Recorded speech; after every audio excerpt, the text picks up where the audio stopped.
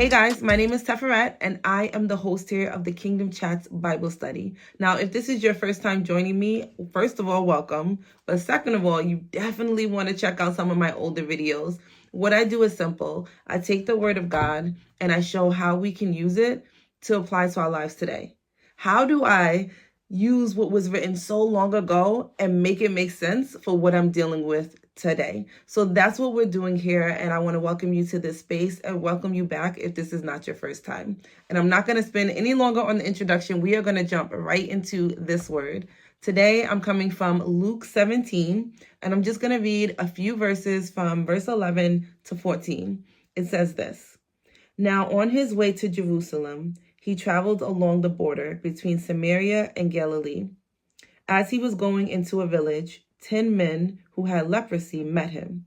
They stood at a distance and called out in a loud voice, "Master, have pity on us."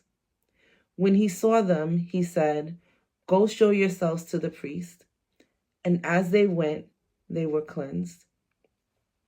And for today's Bible study, I want to focus on this one line because it stuck out to me so much. It said, as they went, they were cleansed. And I realized that a lot of times when we talk about being saved, when we talk about starting a relationship with the Most High, when we talk about this journey, this spiritual journey that a lot of us are on to really get to know who our Creator was, who He is, and who we are, I think a lot of times we think it's an overnight thing. I've heard so many people say, I'm not ready to commit like that. I'm not ready to do this walk with Christ because, I'm just not there yet. And I get it because I'm the type of person who is like, I want to be all in on something. I don't know how to do things just a little bit. And so even myself, when I was starting out, I wasn't ready to fully commit. I wasn't ready to give up some of the things that I have been doing for years. And it wasn't even like I was doing anything like crazy, but it's just this idea that God expects perfection. And I think there's this disconnect because we sit in churches and we're around church people. And if you're on social media, you might read the comments and you see the things that believers are saying to other people. And you think like, yes, that's not for me because I don't want to be judged like that. And I think it's so important to recognize the difference between being Christian and being Christ-like. A lot of people, they'll say they're Christians, but they don't actually follow the blueprint and the guide that Christ left for us. When we see how He healed people, when we see how He set people free. When I'm reading this scripture, I see people who called out to Him from far off. See, when you had leprosy back in that day, you had to announce yourself. You had to say, I'm unclean. You had to basically let anybody know in the proximity, like, you can't get close to me. There's something wrong with me. And in this moment, we're seeing men staying at a distance, but still crying out to Christ. And I wanted to use this as a moment to let you know that you may not be all the way there. You may not be fully committed yet. Maybe you're still, partially on the fence, or you still have some old beliefs and you still have some old cycles that you're in, but you want to do better and you want Christ to help you. You want Him to heal you. You want to be whole. And I'm telling you right now that you can be at a distance and still call Him. I've heard it said sometimes they'll use the story of when Peter was walking on water and when he got distracted in the winds, he was close enough that he can reach out to Christ and he didn't drown because he was close enough to Him. But I want you to know that even when you're not close, even when you're at a distance, that you can still cry out to Him. You may not be exactly where you want to be. You may not be exactly where He called and created you to be, but you are not too far for Him to reach you. And I love it because a lot of times you'll see in the scriptures where it was immediate change. A lot of times you'll see where people will come to the Messiah and they would cry out to Him for healing, and He would say, your faith has made you whole in an instant, in a moment. And I want you to know that, yes, God can heal in a moment and He can make you whole in a moment. But some things are not momentary fixes. Some things are not going to happen overnight. Some things are not going to be made whole in a moment. But that doesn't mean that God is not with you. That does not mean that he is not working on you, and does not mean he's not working for you. Some things take a process.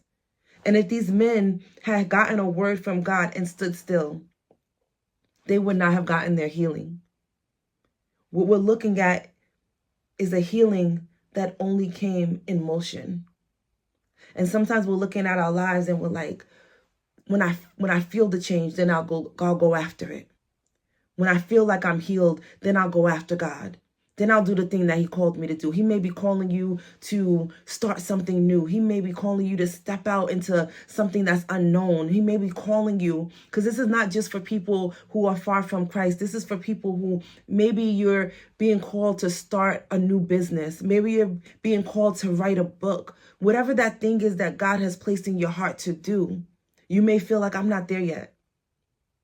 And a lot of times we're sitting and we're waiting until we feel ready. And God is saying, you're not going to feel it until you move. You're not going to see this change, this thing that I'm doing in your life. You're not going to get it until you put some action behind it. And while you're sitting there waiting, I remember God said it to me like this. He said, help is on the way. That I strategically placed help. I've strategically placed resources. I strategically have pinpoint markers that when you get there, doors are going to open up for you. But you won't move because you're waiting for those resources to come to where you are. And God said, it's not where you are, it's where I'm called you to be.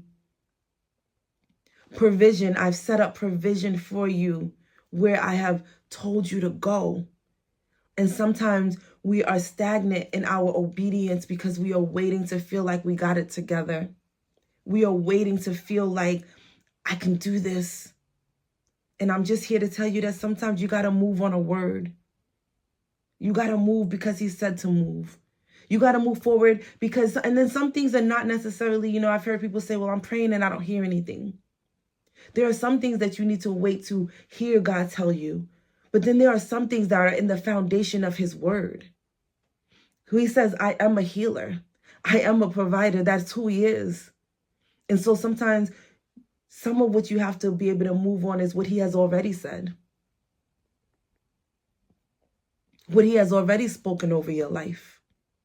Before you were placed in your mother's womb, he spoke something about you. Can you move on a word? Or do you have to wait until you have it all figured out? Do you have to wait? Last week I talked about the plan where it says, I know the plans I have for you.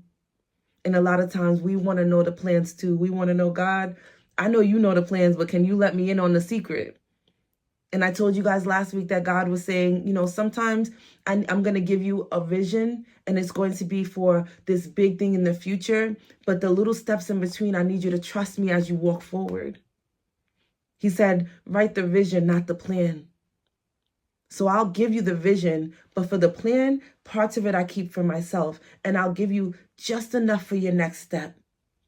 Because he wants to know, do you trust me enough to walk this thing out, even when you don't feel it, even when you don't see it? The level of faith that it took for these men to hear him say, go show yourself.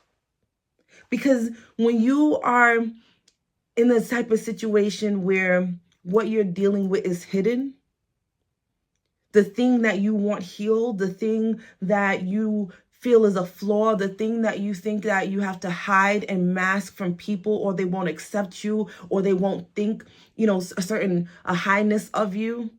So you feel like you have to hide certain parts of you. You can only show the acceptable parts of you. The audacity of Christ to tell them, go show yourself. And then the faith that they had to have to go walk boldly, to say, I don't see it now, but if my master, if he told me to show myself, then that means by the time I get to where I'm going, my healing will have occurred.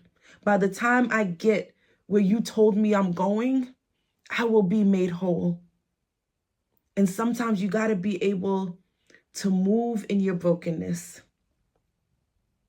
You have to be able to show up even when you're flawed, even when you don't have it all together, even when you're a mess.